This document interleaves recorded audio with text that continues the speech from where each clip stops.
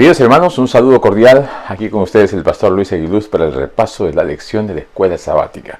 Hemos tenido una semana muy bendecida de evangelismo en El Salvador y ahora estamos compartiendo la lección de escuela sabática tan importante que se relaciona con la vida en comunión, la vida en comunidad con aquellos que nos rodean, aquellas personas que están en contacto con nosotros, que viven, trabajan y están siempre en una relación en la cual tenemos que compartir, tenemos que mostrar nuestra fe y aquello que tiene que emanar de nosotros, que es el amor de Cristo. El apóstol Pablo nos presenta aquí algunos consejos y algunos puntos importantes que cada cristiano debe experimentar en su vida diaria. Y esta manifestación pues se centra en el hogar principalmente, y de ahí sale a todos aquellos que nos rodean. La empresa del hogar, la capacidad que tenemos de poder sacar adelante a la familia, el amor que debe reinar y que debe manifestarse en nuestro círculo cercano, íntimo, y luego hacia aquellos con los cuales nos relacionamos diariamente. Allí también se van a ver esos valores, esos principios, esos modales, ese respeto que en el hogar se inculca, se enseña para que los miembros de la familia puedan ser representantes genuinos de Cristo. Estos principios posteriormente se manifiestan también en la vida cotidiana, en la vida de la iglesia, en donde todos nosotros, como parte del cuerpo de Cristo, tenemos pues que manifestar ese espíritu de solidaridad, de compañerismo, de amor mutuo, de tolerancia, de respeto hacia los demás. Estos principios son de gran bendición y el apóstol Pablo enumera también principios valiosos y útiles para nuestra relación social, para nuestro entorno fuera del hogar. Mis queridos hermanos y amigos, que el Señor nos ayude a poner en práctica los consejos bíblicos, los consejos del apóstol Pablo, que nos presentan a un Cristo activo, a un Cristo vivo, a un Cristo que está restaurando, sanando, pero también mandando, enviando a compartir esas buenas nuevas, no solamente a través de nuestras palabras, sino también a través de nuestra vida y nuestro ejemplo. Vamos a desarrollar la lección pues, preparémonos para el repaso.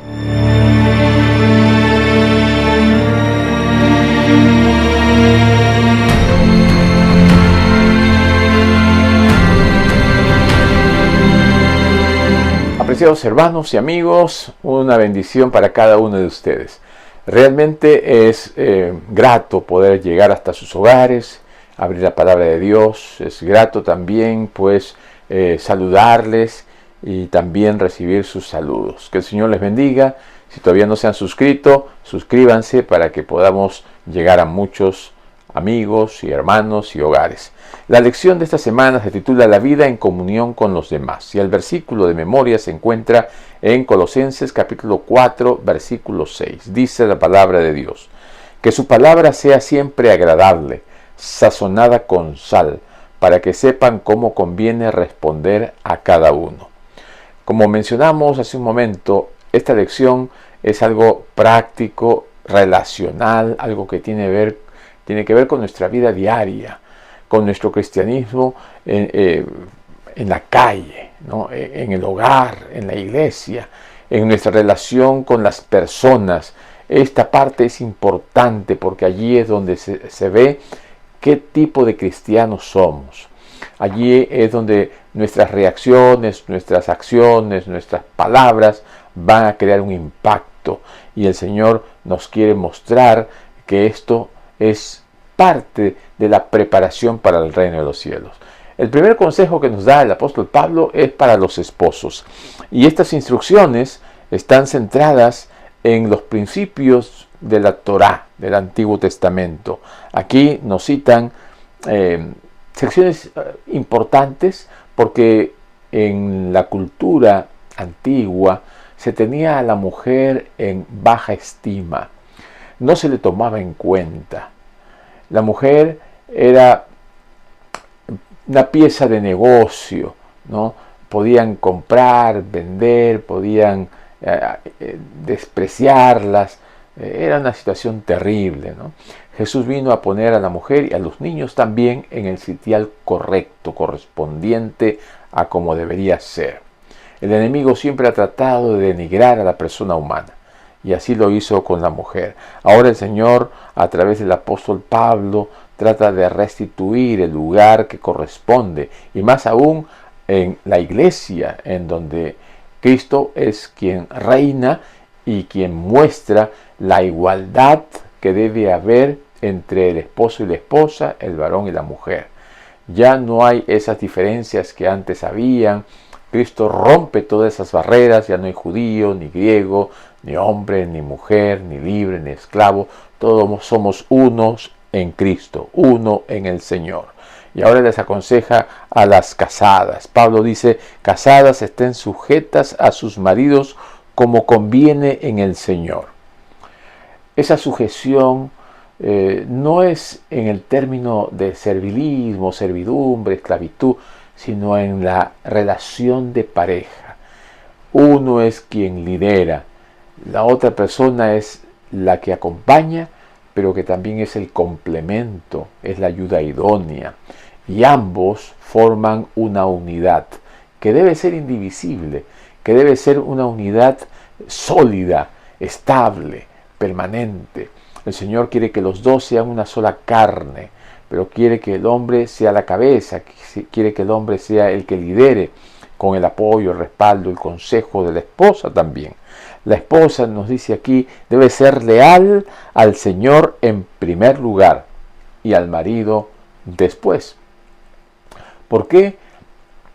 Porque tenemos que poner a Dios por encima de todo, aún del esposo, aún de la esposa. Porque si Dios está en primer lugar, la relación de pareja va a ser muy buena, va a ser eficiente, va a ser de amor, de apoyo mutuo. El amor manifestado por Cristo a la iglesia al entregarse a ella ilustra cómo debe ser el amor del esposo hacia la esposa. Un amor abnegado, desprendido, dispuesto a dar todo, aún su propia vida, por cuidarla, amarla, respetarla, valorarla. Eso es lo que el Señor quiere que el hombre haga en su hogar con su esposa. El matrimonio cristiano se caracteriza por la reciprocidad.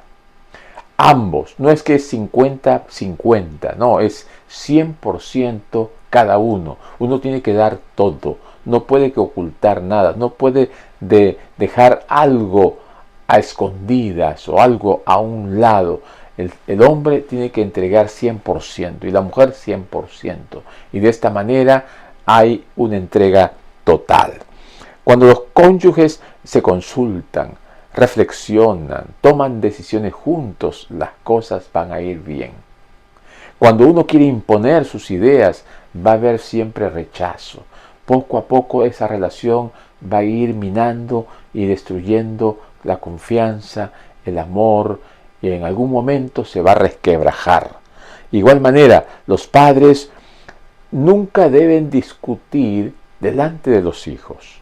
Si los padres tienen algún desacuerdo, deben ir a un lugar aparte, arreglar los problemas, las dificultades, las diferencias, y no hacerlo delante de los hijos. Los hijos no deben parcializarse o hacia el padre o hacia la madre, deben de verlos siempre como una pareja unida. Deben darle un ejemplo como unidad, no como partido de un lado o del otro. El Señor quiere que también nosotros busquemos el beneficio común. Como esposo no debo satisfacer egoístamente mis deseos. No debo estar buscando mi beneficio personal. Estamos en pareja, estamos en familia y no debemos ser egoístas en nuestros deseos, en nuestros gustos, sino debemos seguir el ejemplo de Cristo. Y cuando nosotros mantenemos la unidad, el trabajo en equipo, delegamos ciertas funciones, responsabilidades, ciertos roles, entonces vamos a sobrellevar bien la carga. El esposo tiene que apoyar a la esposa. La esposa tiene que respetar y darle el lugar que corresponde al esposo. Y de esta manera vamos a ser un ejemplo para aquellos matrimonios jóvenes, aquellos que quieren también formar su hogar, o aquellos que nos observan como un hogar, como un matrimonio digno de imitar. No debemos tergiversar lo que es el matrimonio cristiano verdadero.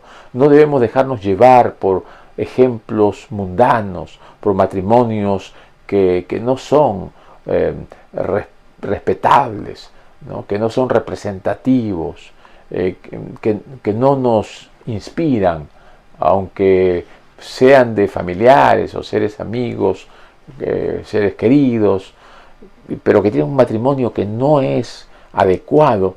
No lo imitemos, no sigamos ese camino, busquemos la pureza y el ejemplo que nos da la palabra de Dios. Esposos, ámense, respétense, díganse palabras cariñosas, trátense bien.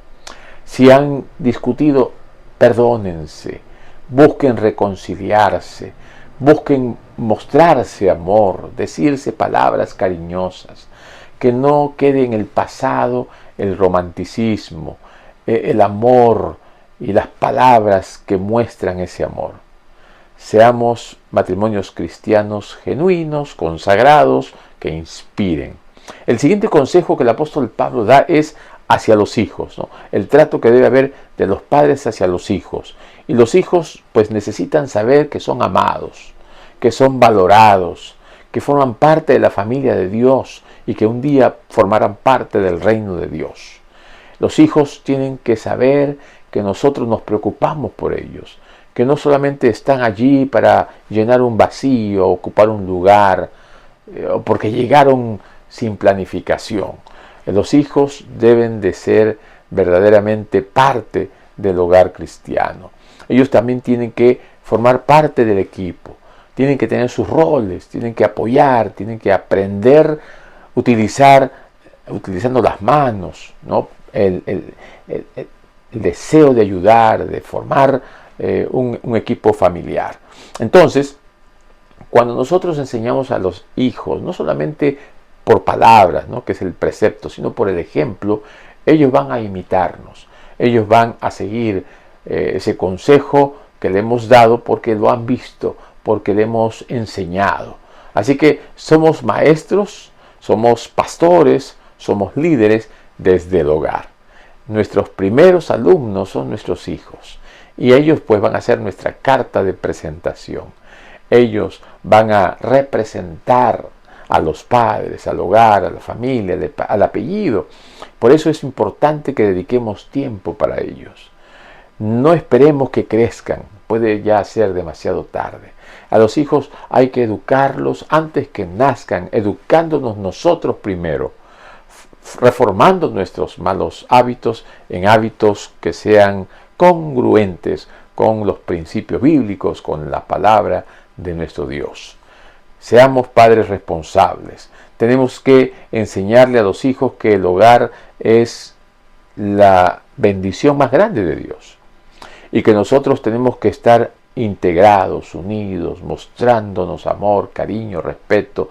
Tenemos que tratarnos todos bien delante del Señor. Nosotros somos un equipo, una unidad. No debemos subestimar a los hijos, ni tampoco debemos tratar mal al padre o a la madre delante de los hijos. Tenemos que dar a cada uno el verdadero lugar que se merece. Los hijos son la clave en el matrimonio, porque ellos son los que van a continuar el legado de la familia. Ellos son los que van a representar y los que van a continuar aquello que nosotros hemos empezado, aquello que nosotros hemos iniciado. Ese hogar, esa familia que está bendecida por Dios. Así que padres, no provoquen a los hijos, ¿no? Hijos, sean obedientes a los padres, hónrenlos. Dice la Biblia que debemos honrar a los padres porque este es un principio y es un mandamiento de Dios y tiene una bendición para todos aquellos que honran a sus padres, que los quieren, que los aprecian, que los valoran y que ven por ellos cuando ya llega el tiempo de la senectud, de la vejez, del retiro. Uno tiene que ver también por ellos en todo momento. Otro de los consejos que da el apóstol Pablo es en cuanto a las relaciones laborales. Dios nunca quiso que haya esclavitud. Por consecuencia del pecado, el hombre distorsionó las cosas y quiso tomar control, no solamente de la naturaleza, de las cosas de valor, sino aún del ser humano, de las personas, y las convirtió en su mano de obra barata, las convirtió en sus siervos, en sus esclavos, y Dios nunca quiso esto. Pero ya que el hombre había entrado en este camino, el Señor instituyó, recomendó y dictaminó las formas en que se debería tratar a las personas que eran esclavas. Aún dentro del pueblo del Señor llegó estas costumbres culturales de las épocas y el Señor dio indicaciones de cuándo se deberían liberar a los siervos, de cómo se le deberían de tratar. Y el Señor dijo también que la esclavitud no debería ser de por vida. Ahí en las leyes mosaicas se prohibía la esclavitud de por vida y se estipulaban 6 años como plazo para servir, para saldar cualquier deuda y luego pues retornar a sus hogares. La esclavitud descrita en la ley de Moisés, ¿no? Por repugnante que parece en el pensamiento moderno, no se asemejaba en nada a la esclavitud de nuestros días. En esa época ser esclavo era ser tratado bien, tenía parte en herencia, se le dejaba realizar algunas actividades también financieras. Hemos visto en la Biblia personas que eran como mayordomos, ¿no? o mayordomos que administraban los bienes de los señores, ¿no? De los propietarios. Así que hoy en día la esclavitud es más bien algo que denigra al ser humano. Es como una plaga que hace daño, que destruye la dignidad al ser humano, al individuo. El Señor dice a través del apóstol Pablo que el que está de esclavo sea obediente a su Señor. Y el que es el Señor de él, pues lo trate bien, ¿no? Que lo trate con justicia. Y Pablo pidió a Filemón que ya no tratara a Onésimo como su esclavo, sino como su hermano. Este es el cambio de paradigma que comienza la iglesia cristiana a realizar y que tiene una influencia poderosa, y en muchos países por la influencia del cristianismo se ha llegado a abolir la esclavitud y la trata de personas, el abuso hacia los niños y tantas cosas que son realmente denigrantes. En el Nuevo Testamento encontramos ese mensaje de ser más bien esclavos del Señor, dispuestos a servir al Señor, demostrar nuestro amor al Señor a tal punto que estamos dispuestos a hacer cualquier cosa por Él. Este es el principio bíblico. El apóstol Pablo en Colosenses capítulo 4 nos llama a dedicar el tiempo a la oración, orar unos por otros. Esa oración que anima, que alienta, que transforma, porque el cristiano que ora comienza invocando a Dios, buscando el poder de lo alto. Les manda a perseverar, ¿no? A mantenerse firmes en la oración, a velar con acción de gracias y también a manifestar siempre un espíritu de fe en aquello que estamos pidiendo, a mantener un espíritu de alabanza con cánticos, con adoración. El Señor quiere que estemos dispuestos siempre a mantener ese espíritu de alegría, mostrando nuestra gratitud por lo que el Señor hace. A veces no sabemos pedir en nuestras oraciones como conviene. A veces pedimos egoístamente, a veces pedimos solamente para nosotros. No estamos pensando en los demás, no estamos pensando en aquellos que sufren. Centramos la oración muy en el yo, y entonces oramos mal y a veces decimos que no recibimos porque no sabemos cómo orar. La oración es una expresión a través de la cual sale todo lo que hay en nosotros para presentárselo delante de Dios. Abrir nuestro corazón a Dios como un amigo, contarle nuestras penas y alegrías, pedirle que nos dé sabiduría, que nos muestre el consejo oportuno, que nos muestre el camino correcto. No siempre es necesario arrodillarse para orar. Lo importante es orar, cualquiera sea el momento, la circunstancia, lo que estemos pasando, lo que estemos haciendo. Tenemos que cultivar esta experiencia de conversar con el Señor, de hablar con Él a solas, en nuestros momentos de trabajo, en nuestros momentos de familia o en nuestra soledad. Allí encontrarnos con el Señor, hablar con Él, orar sin cesar. También el apóstol Pablo enfatiza mucho el andar, el caminar buscando la sabiduría y no andar fatuamente allí sin pensar en lo que hacemos o en lo que decimos. A mí me da mucha pena a veces ver personas que se tratan mal a través de las palabras, ¿no? Denigran a la persona, la humillan, su autoestima de aquel que escucha un maltrato, no sabemos nosotros el efecto negativo que tiene. Por eso mejor tengamos cuidado, no digamos cosas de las cuales después tenemos que arrepentirnos. El apóstol Pablo también nos llama a buscar que dar buenos consejos, ¿no? Porque la sabiduría de Dios es para que la utilicemos en beneficio de los demás, para que podamos tomar buenas decisiones. Esa palabra que salga de nuestra boca siempre sazonada con sal, agradable, de bendición, que pueda ser de provecho para aquellos que están a nuestro alrededor, en nuestro entorno.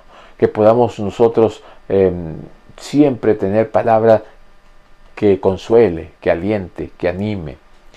Palabra de amor, palabra de ánimo, sazonadas con sal, dice, ¿no? Contrario a lo que el mundo habla, a las palabras necias, a las palabras de maldición, o insultos, o peyorativas, o desprecios.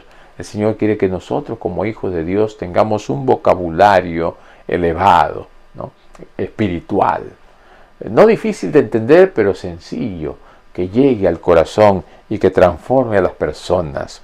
Dice, para que cada uno sepa cómo responder, ¿no? Cómo dar, pero también cómo recibir.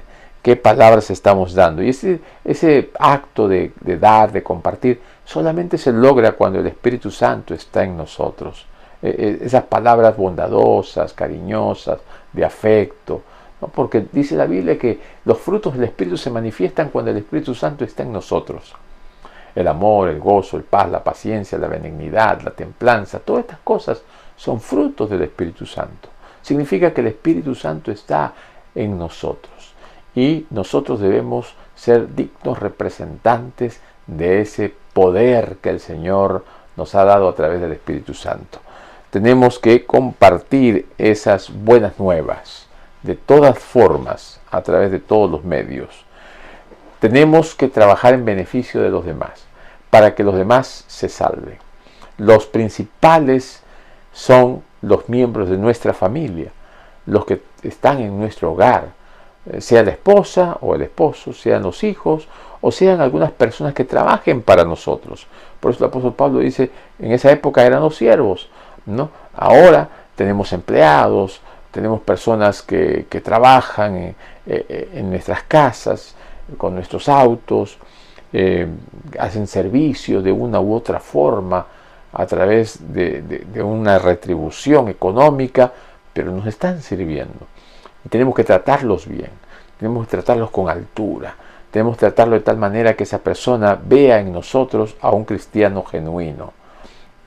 Nunca trabajar para hacer mal o en contra o para dañar el prestigio de las personas. Debemos manifestar amabilidad, tolerancia, paciencia, hablar con un tono sereno, calmado, no actuar de una manera tosca, ¿no? A veces hay exabruptos, a veces hay una forma dura en la cual decimos las cosas y llegamos a herir a los demás con nuestras palabras.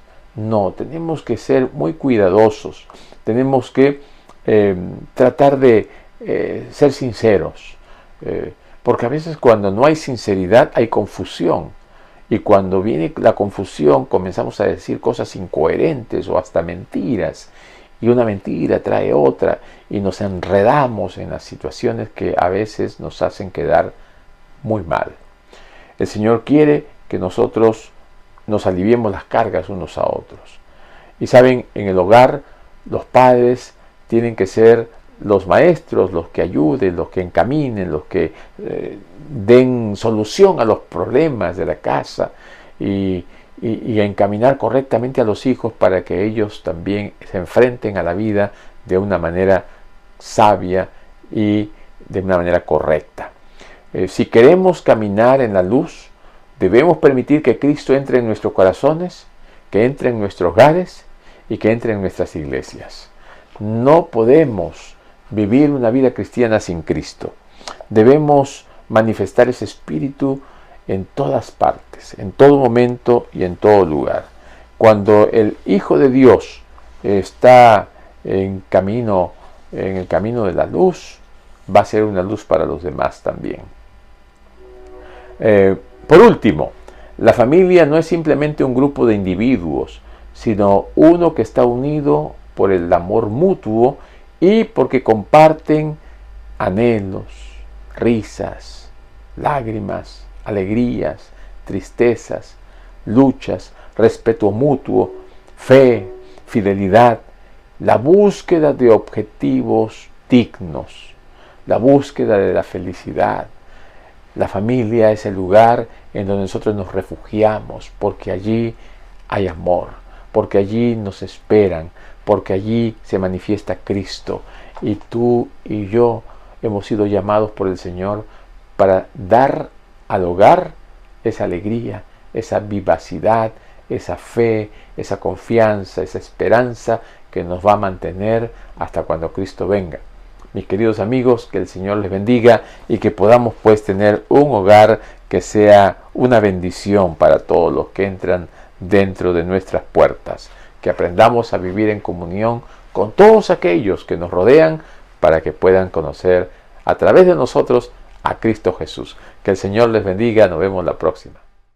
Que su palabra sea siempre agradable, sazonada con sal, para que sepan cómo conviene responder a cada uno.